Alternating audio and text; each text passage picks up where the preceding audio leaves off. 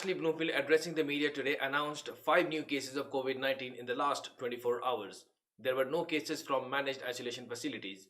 4 of the 5 new cases reported today are from the Auckland Community Cluster, and one is from Tokoroa, receiving care at Waikato Hospital. There are a total of 133 people from Auckland Cluster who have been moved into quarantine facilities, of which 65 are positive cases. There are 6 people receiving hospital level care. One is in Auckland City Hospital and 4 at Middlemore, one in Waikato. One person at Middlemore is in ICU but in a stable condition. New Zealand now has a total of 1,304 cases till date, of which 101 are now active.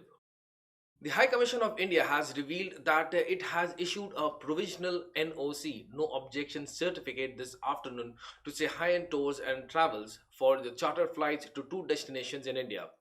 Sehion Tours had earlier approached HCI for approvals to charter flights from Auckland to Mumbai and Ahmedabad on August 29th this month. Earlier this week, High Commission of India posted on social media that it had received a number of queries regarding the proposed operation of charter flights between New Zealand and India by a few travel companies, but no concrete proposals were received then.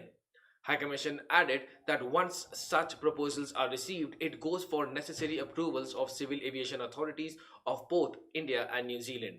SCI will then approve the lists of passengers after the same is received from the travel agency and does not take any financial or other responsibility regarding the tickets being purchased by passengers from those private travel agencies. Yesterday, High Commission of India announced that Vande Bharat mission's Phase 5 bookings for flights from Auckland to New Delhi for August 25th had been opened and interested passengers can reserve their tickets accordingly. High Commission also updated today that Phase 6 repatriation flights in September are on the cards and will also be announced in the coming days.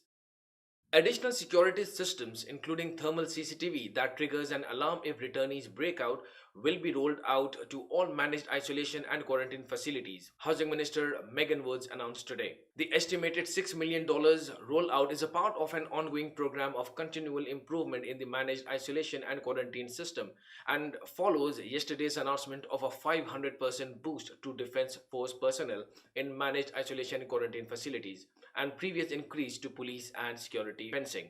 The government will also be commencing a pilot of the COVID card with staff inside the managed isolation facilities with a view for a wider rollout in the coming months. The National Party has released a border safety plan against COVID-19 virus, promising to create a dedicated border agency in the first 100 days of coming into government. In a press release this morning, the National Party has vowed to put the responsibility of future international travelers to provide an evidence of negative COVID test before arriving in New Zealand.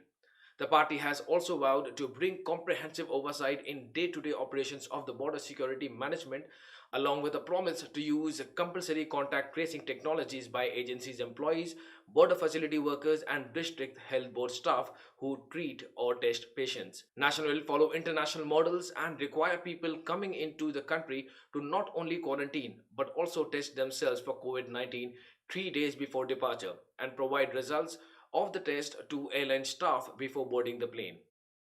So these were the top news and headlines for today. For more updates, visit our website iwk.co.nz. Follow us on Facebook, Twitter, Instagram and YouTube. Thank you for watching. Keep safe and I'll see you tomorrow.